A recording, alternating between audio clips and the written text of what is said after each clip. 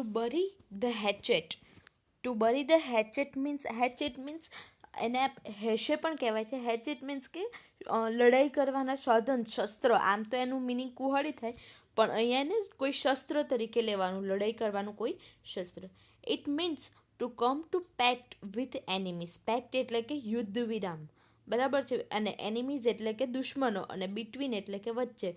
દુશ્મનોની વચ્ચે યુદ્ધ વિરામ થાય એટલે કે સંધિ થાય, બરાબર છે.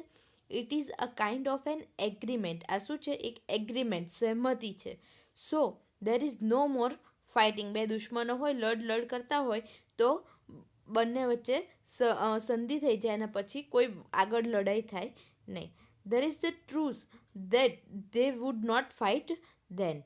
કે ટ્રુથ એટલે કે એવો રૂલ્સ કે ભાઈ હવે એ લોકોએ સંધિ કરી દીધી છે કે હવે એ લોકો ક્યારેય ફાઇટ કરશે નહીં. This idiom comes from America. આ ક્યાંથી આવેલું છે? તો અમેરિકાથી આવેલું છે. In the past the American Indians and the white fought with the hawk. Past એટલે કે ભૂતકાળ. ભૂતકાળમાં અમેરિકન ઇન્ડિયન્સ એટલે કે અમેરિકામાં રહેતા ભારતીયો, અને વ્હાઇટ એટલે કે અમેરિકન્સ બધા, fought with the hawk and other weapons. Weapons એટલે કે શસ્ત્ર, અને હોક એટલે પણ એક પ્રકારનું શસ્ત્ર, તીક્ષ્ણ ધારવાળું શસ્ત્ર. એનાથી એ લોકો લડતા હતા. બટ ઓન ટ્રુસ એટલે કે યુદ્ધ વિરામ થાય ત્યારે એ લોકો બંને પરસ્પર સહમતિ થાય ત્યારે દે બરીડ ધ હોક્સ. જેનાથી જે શસ્ત્રથી એ લોકો લડતા હતા એને શું કરે? બરી કરવું એટલે કે બાળી દેવું, સળગાવી દેવું, એને આગમાં નાખી દેવું. ટુ શો એટલે દર્શાવવું. શું દર્શાવવા માટે? That their fight has ended. એમની ફાઇટ છે, એમની લડત છે, પૂરી થઈ ગઈ છે. The buried hawks it means they would not fight then. શસ્ત્ર જેમને બાળી નાખ્યા હોય પછી હવે ફરીથી એ લોકો લડશે નહીં. એવી રીતના આનું આ કહેવત આવેલી છે કે અમેરિકન ઇન્ડિયન્સ અને વ્હાઇટ જે હતા એટલે કે અમેરિકન્સ જ હતા, એ લોકો લડતા હતા અને પછી એમની વચ્ચે લડત પૂરી થઈ જાય કે ભાઈ હવે સંધિ કર દો, કે બહુ લડ્યા, થાકી ગયા. તો જ્યારે લોકોને સંધિ થાય ત્યારે શું કરે? તો ભાઈ એ જે શસ્ત્રથી લડ્યા હોય એ બાળી નાખે. એટલે હવે કોઈ એમની પાસે શસ્ત્ર છે નહીં, એટલે હવે એ લોકો લડશે નહીં. તો આ અત્યારે શેના માટે યુઝ થાય છે? બે જણ લડતા હોય તો એને કહી શકે કે નાઉ ફોરગેટ એવરીથિંગ એન્ડ બરી ધ હેચેટ્સ. એવું આપણે કહીએ કે ભાઈ બધું ભૂલી જા ને હવે બરી ધ હેચેટ મીન્સ કે હવે પતાવી દે તારું, એમ. ખ્યાલ આવ્યો? ઓકે. નેક્સ્ટ છે ધ બ્લેક શીપ. બરાબર. શીપ એટલે કે ઘેટું અને બ્લેક એટલે કે કાળું. Okay. It means a bad person in the family. બરાબર. પરિવાર છે, ફેમિલી છે, એમાં કોઈ એક વ્યક્તિ ખરાબ નીકળે. બધા સારા હોય ને કોઈ એક વ્યક્તિ ખરાબ નીકળે. ફોર એક્ઝામ્પલ કોઈ એક ફેમિલી છે તો એમાં મમ્મી પપ્પા ડૉક્ટર છે, કોઈ લોયર છે, કોઈ પ્રોફેસર છે, રાઈટ. બધા સારી પોસ્ટ ઉપર છે અને એક જ વ્યક્તિ છે તો એ ચોર બની ગયો છે. નાનો છોકરો હોય કે કોઈ પણ હોય તો એ ચોર છે, ભણ્યો નથી, 10 પાસ કે 12 પાસ છે, રાઈટ. તો એનાથી શું થાય? તો આખા ફેમિલી ભણેલું ગણેલું હોય ને એ વ્યક્તિ શું કહેવાય? તો black sheep of the family એવું કહેવાય છે, એટલે કે ખરાબ વ્યક્તિ. હી બ્રિંગ્સ ડિસ્ગ્રેસ. ડિસ્ગ્રેસ એટલે કે કુખ્યાતિ, આપણે જે માન સન્માન હોય એ ગવાઈ જાય એનાથી. The name of the family goes down because his bad deeds. Deeds એટલે કે કર્મ, કે એના ખરાબ કર્મોને કારણે ફેમિલીનું નામ છે એ શું થાય છે? ગોઝ ડાઉન એટલે કે નીચું જાય છે, એટલે કે શું થાય છે? કુખ્યાત થાય છે, right. In the past black sheep was considered outcast. ભૂતકાળમાં જે ગેટાના ટોળા હોય એમાંથી બ્લેક શીપ હોય એ કાસ્ટ વગેરે આપણે નાત બાર કહીએ છીએ ને એવી રીતના ગણાતું કે બ્લેક શીપ ક્યારે કોઈ એક્સેપ્ટ કરે નહીં. In the all white sheep any black sheep is odd. બધા વ્હાઇટ કલરના જતા હોય, બરાબર છે, ને એમાં એક બ્લેક હોય તો શું થાય? ઓડ લાગે ને. આપણે તમે ઇમેજિન કરશો તો તમને ખ્યાલ આવશે. It is noticed immediately. આ તરત જ એને નોટિસ કરવામાં આવે કે ભાઈ તરત દેખાઈ જાય. The farmers kept only the white sheep. Farmers white sheep જ રાખતા હતા. કેમ? તો black wool was not sold. કાળા કલરનું રૂ ક્યારેય વેચાતું હતું નહીં. હવે અત્યારે લેટેસ્ટ ફેશનમાં બધું બ્લેક સ્વેટર ને બધું નીકળ્યું છે, પણ પહેલાં બ્લેક કલરનું ઊન વેચાતું હતું નહીં. તો હવે ઘેટું રાખીને કરે શું? બ્લેક ઊન તો કંઈ એ લોકોને વેચાય નહીં, રાઈટ. તો black wool was not sold. So the black sheep was useless. Black sheep એ યુઝલેસ હતું. No farmer would like to keep such a black ship. કોઈ ફાર્મરને આવું બ્લેક શીપ રાખવાનું ગમતું હતું નહીં, બરાબર છે. તો એટલા માટે બ્લેક શીપ એ અત્યારે શેના માટે યુઝ થાય છે, તો ફેમિલીમાં કોઈ ખરાબ પર્સન હોય કે જેનાથી ફેમિલીનું નામ નીચું જતું હોય એને બ્લેક શીપ તરીકે ઓળખવામાં આવે છે. હવે છે અ વ્હાઇટ એલિફન્ટ, રાઈટ, સફેદ હાથી. તમે લોકોએ સાંભળ્યું હશે કે કોઈની જોડે કાર પડી હોય ને મોટી, તો એને આપણે કહે કે સફેદ હાથી પાડ્યો છે, એને જવા દે ને. કેમ? કારણ કે એ લોકોને કંઈ એટલું યુઝ ના કરવાનો હોય કારનો, બરાબર છે, અને કાર પડી રહી હોય તો હવે કારને તો શું હોય, તો વારે વારે મેન્ટેન કરવી પડે કે ભાઈ એનું સર્વિસ કરાવવી પડે અને બધું એનું વારે વારે કરાવવું પડતું હોય કે મહિનો 2 મહિના થાય એટલે, બરાબર, અને પછી યુઝ ના થાય તો શું કહેવાય, વ્હાઇટ એલિફન્ટ, બરાબર. હવે એ ક્યાંથી આવ્યું એ આપણે જોઈએ. The white elephants are known as albino elephants. White એલિફન્ટ્સને એલ્બિનો એલિફન્ટ્સ તરીકે પણ જાણવામાં આવે છે. In the past they were considered holy in some of the Asian countries. ભૂતકાળમાં જે વ્હાઇટ એલિફન્ટ હતા એ કેવા હોલી એટલે કે પવિત્ર એશિયન કન્ટ્રીઝ હતી એમાં પવિત્ર પ્રાણી તરીકે સફેદ હાથીને ગણવામાં આવતા હતા. So they were not used in daily works. બરાબર, એ લોકોને રોજના જે કામ હોય, હાથી લોકો જોડે રોજના કામ કરાવતા હોય એવા કામમાં વ્હાઇટ હાથી છે એ યુઝ થતા હતા નહીં. Only on some important and sacred occasion they were used. કેવી જગ્યાએ? તો ઇમ્પોર્ટન્ટ એટલે મહત્ત્વના અને સેક્રેડ એટલે કે પવિત્ર જે પ્રસંગ હોય એમાં જે લોકોનો ઉપયોગ કરવામાં આવતો હતો.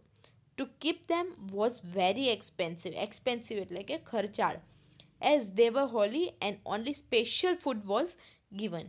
કેમ? કારણ કે એ લોકો ખૂબ જ પવિત્ર હતા અને એ લોકોને સ્પેશિયલ ફૂડ જ આપવામાં આવે, બરાબર છે. સાદું જે હાથી ગઈ ખાતો હોય, રાઈટ, એ સાદું નહીં, એને સ્પેશિયલ ફૂડ આપવામાં આવતું હતું. People worshipped them, so when they demand they have to give. લોકો એમની પૂજા કરતા હતા એટલે એ પછી હાથીને ક્યારે કંઈક જોઈતું હોય, રાઈટ, તો એ પછી આપવું કે ભાઈ હાથીની આ ડિમાન્ડ છે. તો તમને એક એક્ઝામ્પલ આપું તો આપણે ડોગનું એક એક્ઝામ્પલ લઈએ તો સ્ટ્રીટ ડોગ્સ હોય છે તો એ લોકો શું કે રોટલી હોય, સુકયેલી રોટલી ભાતને ટૂંકમાં કંઈ પણ એ લોકો ખાઈ લે. પણ જો કોઈ આપણે ઘરમાં રાખ્યું હોય ડોગ, બરાબર છે, આપણું પોતાનું પાલતું પ્રાણી હોય તો પછી આપણે એને સૂકી રોટલી આપીશું, પછી એને પેડિગ્રી લાવીશું ને એના માટે.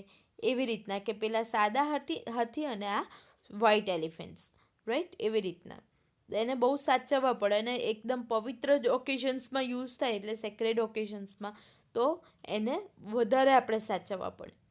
ઇન થાઈલેન્ડમાં if a king was dissatisfied with someone, king કોઈની જોડે ગુસ્સામાં હોય કે નારાજ હોય ત્યારે he would give him a white elephant. King જોડે તો હોય એ વ્યક્તિને સફેદ એલિફન્ટ આપી દે જો એની જોડે ગુસ્સામાં હોય તો. ઇટ મીન્સ, એનો મિનિંગ શું થાય, the receiver would lose all his money in maintaining the elephant. એટલે એનો મિનિંગ થાય કે જેને હાથી મળે એ બધા રૂપિયા શેમાં કરતો, હાથીની જ એટલે મીન્સ કે સંભાળ લેવામાં બધા રૂપિયા એના જતા રહે, right.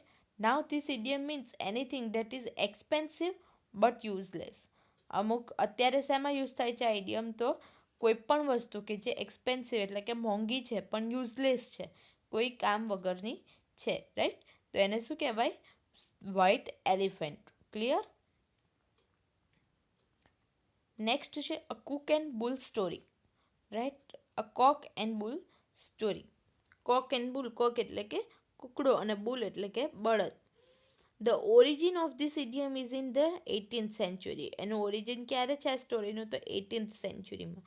The place is Stratford in Buckinghamshire in England. Buckinghamshire ઇંગ્લેન્ડમાં એક શહેરનું નામ છે, એના સ્ટ્રેટફોર્ડની આ વાત છે. The village had 2 small ઇન્સ. Inns એટલે કે ધર્મશાળા, તો 2 નાની નાની ધર્મશાળા હતી. First is the cock and the other was the bull, right, એકનું નામ કોક અને એકનું નામ bull. The farmers took their coaches to London, right, farmers છે એ પોતાના કોચીસ એ લંડન લઈ જતા હતા. They used to stop at any one of these 2 hotels. હવે સીધું લંડન જાય તો રોકાવું તો પડે, નાઇટ આઉટ કરવાનું હોય, બરાબર, સ્ટે કરવાનું હોય, તો એમાં બેમાંથી કોઈ એક જગ્યાએ એ લોકો રોકાતા હતા. On return also they stopped there. ત્યાંથી રિટર્ન થતી વખતે ઇંગ્લેન્ડથી લંડનથી ઇંગ્લેન્ડમાં રિટર્ન થતી વખતે પણ એ લોકો ત્યાં રોકાતા હતા.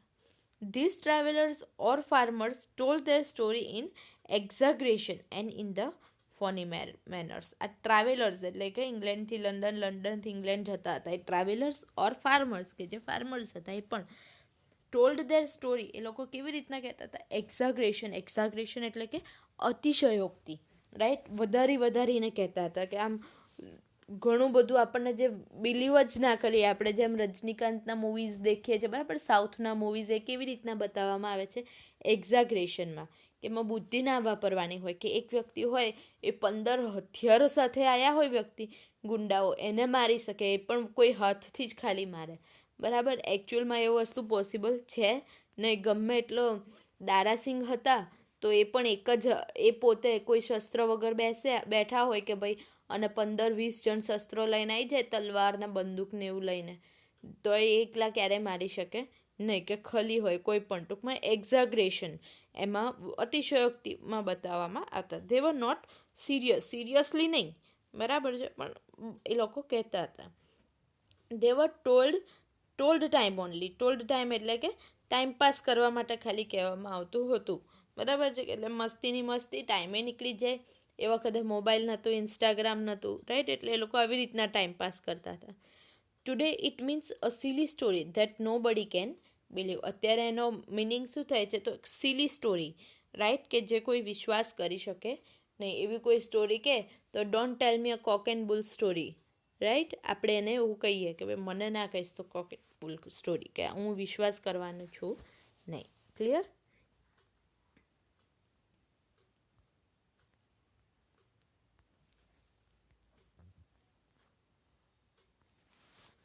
ઓકે, નેક્સ્ટ છે crocodile tears, right? Crocodile tears એટલે, ક્રોકોડાઇલ એટલે મગરમચ્છ, અને ટીયર્સ એટલે આંસુ. આપણને બધાને ખબર છે મગરમચ્છના આંસુ. This means fall tears. Fall એટલે કે ખોટા આંસુ. It also means show. એનો મિનિંગ શું થાય? ખાલી બતાવવાના આંસુ, આપણે કહીએ છીએ ને દેખાડવાના આંસુ, એ. It is in a way it means a false show of grief એટલે કે દુઃખ, અને શો એટલે બતાવવું, કે ખોટું દુઃખ બતાવવું, બરાબર છે? એને ક્રોકોડાઇલ ટીયર્સ કહેવાય. ક્રોકોડાઇલ્સ often remain on the banks એટલે કે કિનારો. મોસ્ટલી મગર હોય, મગરમચ્છી ક્યાં રહે? તો કિનારા પર. They get sun energy with mouths wide open. એ લોકો સૂર્યની શક્તિ કેવી રીતના મેળવે? તો મોઢું ખોલી દે, મોટું વાઇડ ઓપન કરે, અને એનાથી એ લોકોને સૂર્યની એનર્જી મળે. Because of this tears comes out. મોઢું ખુલ્લું રાખીને સૂર્યની આગળ ઊભા રહે તો વધારે વાર એ થાય તો એનાથી એની આંખમાંથી પાણી નીકળી જાય. This tears are not real. એ કંઈ દુઃખના આંસુ નથી હોતા. There is no any emotions. એમાં કોઈ ઇમોશન્સ છુપાયેલા નહોતા. But they help in digesting the meal. આ એમાં શેમાં હેલ્પ કરે? એ લોકોને મદદરૂપ થાય. Digesting the meal. એમાં મદદરૂપ શેમાં થાય? તો મિલ એટલે કે એમનું જે ખોરાક હોય એ પચાવવામાં એમને હેલ્પ થાય. It is also believed that ક્રોકોડાઇલ્સ cry like a person in disappointment. એવું માનવામાં આવે છે કે મગરમચ્છ આ માણસની જેમ રડી શકે. જ્યારે નિરાશ હોય ત્યારે માણસ રડતા હોય એવું રડી શકે છે, એવું માનવામાં આવે છે. મેં ક્યારેય જોયું છે નહીં. By this way it creates sympathy. આ રીતના એ સિમ્પથી મેળવે, બરાબર છે? આમ સહાનુભૂતિની લાગણી આપણને થાય કે બિચારું રડે છે. If any man comes near it, કે જો કોઈ વ્યક્તિ એની નજીક જાય, કે બચારો મગર રડે છે તો મારે એને જવું જોઈએ, તો નજીક જાય, the crocodile would attack and take it as the food. Crocodile શું કરે? તો એના પર એટેક કરીને એને પોતાના ફૂડ તરીકે લઈ લે, બરાબર છે? So the tears are actually meant to make a show. તો આંસુ જે હતા એ શેના માટે એ કરે? તો ખાલી દર્શાવવા માટે, કે ભાઈ ઓકે એને દુઃખ છે, સિમ્પથી મેળવવા માટે મગરમચ્છ આંસુ બહાવતા હોય છે, રાઈટ? તો ક્રોકોડાઇલ ટીયર્સ, ક્લિયર? શેના માટે યુઝ થાય છે? કે ખોટું દુઃખ દર્શાવે એને ક્રોકોડાઇલ્સ ટીયર કહેવાય. ઓકે, નેક્સ્ટ છે wing and a prayer, right? Wing and prayer એટલે શું? પ્રેયર એટલે કે PRAYER પ્રેયર એટલે પ્રાર્થના અને PREYER એટલે કે શિકાર. Okay, this means to keep hope, right. આશાનું આપણે કિરણ કહીએ છીએ, રે ઓફ સન એ પણ કહેવાય. હોપ, આશા જીવંત છે એના માટે. But there is no guarantee of success. આશા છે પણ કોઈ ગેરંટી છે નહીં, સફળતા મેળવવા માટેની કોઈ ગેરંટી છે નહીં. It is related to an American airplane. American aeroplane સાથે આ રિલેટેડ છે. The time is the first world war. ક્યારનો સમય હતો તો ફર્સ્ટ વર્લ્ડ વોરનો સમય. The wing of this airplane had been damaged very badly. Wing એટલે કે જે વિમાન હોય એની પાંખો એ ખૂબ જ ખરાબ રીતના ડેમેજ થયેલી હતી. It is obvious that it can not fly. Obvious છે કે ભાઈ એની પાંખો ડેમેજ થઈ હોય તો વિમાન ઉડી શકે નહીં. ઇવન ધો ધ પ્લેન રિટર્ન સેફલી. તો પણ પ્લેન એકદમ સેફલી રિટર્ન થઈ ગયો. The pilot sad. પાયલટ જે હતા એણે શું કીધું? That he had been praying throughout. Spelling ખોટો છે, THROUGH. ઓકે, થ્રુ આઉટ એટલે કે કન્ટિન્યુઅસ એ પ્રાર્થના કરતો હતો કે ભાઈ પ્લેન સેફલી લેન્ડ થઈ જાય, રાઈટ. એના માટે તો વિંગ એન્ડ અ પ્રેયર એના માટે યુઝ થાય છે કે ભાઈ થઈ જાય તો સારું. આપણે જ્યારે પ્રાર્થના કરીએ પણ સક્સેસની ગેરંટી નહીં, તો એ વખતે કહેવાય કે wing and prayer is on. Now let us hope for the best. બરાબર, પ્રાર્થના કરીએ છીએ પણ આશા રાખીએ સારું થાય. ક્લિયર? તો wing and a prayer clear. હવે નીચે જે છે એ શું છે તો તમારે પ્રેક્ટિસ માટે આપેલા છે. બરાબર છે. Never look a gift horse in the mouth. હું તમને અમુકના આમાંથી કહીશ, અમુકના તમારે જાતે ગુજરાતી ખાલી કહી દઈશ. બરાબર છે કે નેવર લુક અ ગિફ્ટમાં એટલે આપણે કહીએ છીએ ને કે મફતની ગાયના દાંત ના દેખાય, રાઈટ. એક તો ગાય કેટલા બધા મોંઘી આવે, કોઈ પણ વસ્તુ હોય તો ગિફ્ટ આમાં મળી હોય તો એનું કંઈ ના દેખાય કે ભાઈ આ આવું છે કે આ આવું છે. ગાય મળી એ ઇનફ છે, પણ પછી એનું શું કહેવાય, આપણે ગુજરાતીમાં ગાય કહીએ છીએ, અહીંયા હોર્સ કહેવાય. કે હોર્સ એ આશરે કેટલાનો આવે તો 40-50 હજાર ઉપરથી વધારેથી સ્ટાર્ટ થાય, રાઈટ. એ વસ્તુ તમને જો ગિફ્ટમાં કોઈ આપે 40-50 હજારની વસ્તુ, પછી તમે કહો કે ભાઈ ના આ તો આના તો દાંત જ નથી, આ તો ના મજા આવે, રાઈટ. તો પછી પેલો કે હા તારે હું પાછો લઈ જાઉં છું, નથી મારે આપવું કોઈને. ખબર પડી? એટલે કોઈ પણ વસ્તુ ગિફ્ટમાં મળી હોય તો એની ખામી ના કરે કે ભાઈ આ આવું છે કે આવું છે. બરાબર, ગિફ્ટ એ ગિફ્ટ છે. To make hay while sunshine. પછી ducks in a row. To throw the book at someone. Feather in your cap. albatross around your neck in the pink to break the ice. Cannot hold the candles અને to upset the apple cart. બરાબર છે. હવે તમારે શું કરવાનું તો આ જે છે એને ગૂગલમાં સર્ચ કરશો એટલે તમને ઇઝીલી મળી જશે. એક બુકમાં આટલું જેટલું તમને આગળના બધા આપ્યા છે ને ડિસ્ક્રાઇબ કરેલા છે એટલું એનું મેઇન જે હોય એ તમારે કાઢીને લખી દેવાનું. જો તમને ના ખબર પડે કોઈ એકમાં જ, કારણ કે બધામાં ના ખબર પડે એવું તો બનશે જ નહીં, રાઈટ. તો કશામાં ના ખબર પડે તો પૂછી લેજો તો I will answer it. Okay, so અહીંયા સ્ટોરી બિહાઇન્ડ ધ ઇડિયમ્સ એ કમ્પ્લીટ થાય છે. ઓકે, સો આઈ હોપ તમને બધાને સમજ પડી હશે. એન્ડ ના સમજ પડી હોય તો you can ask me. Okay, so next આપણે જ્યાં સુધી મળીએ till then take care of yourself and God bless you. Goodbye everyone.